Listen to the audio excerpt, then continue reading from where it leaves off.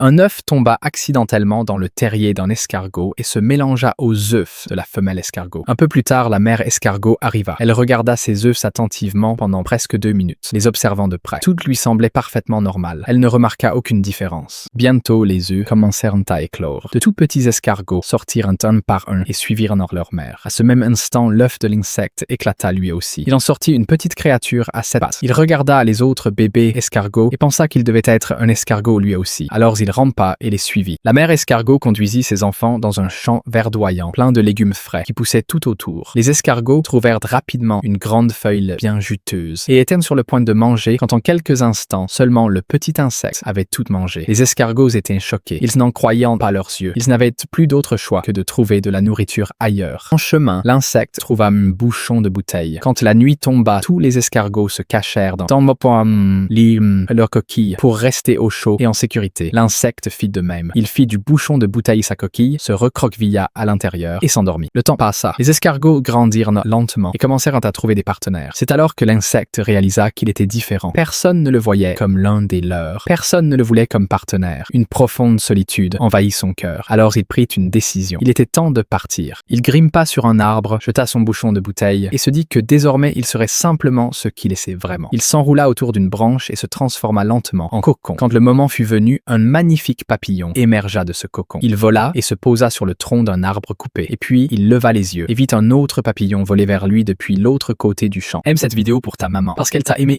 sans jamais rien demander en retour. Et n'oublie pas de t'abonner pour plus d'histoires.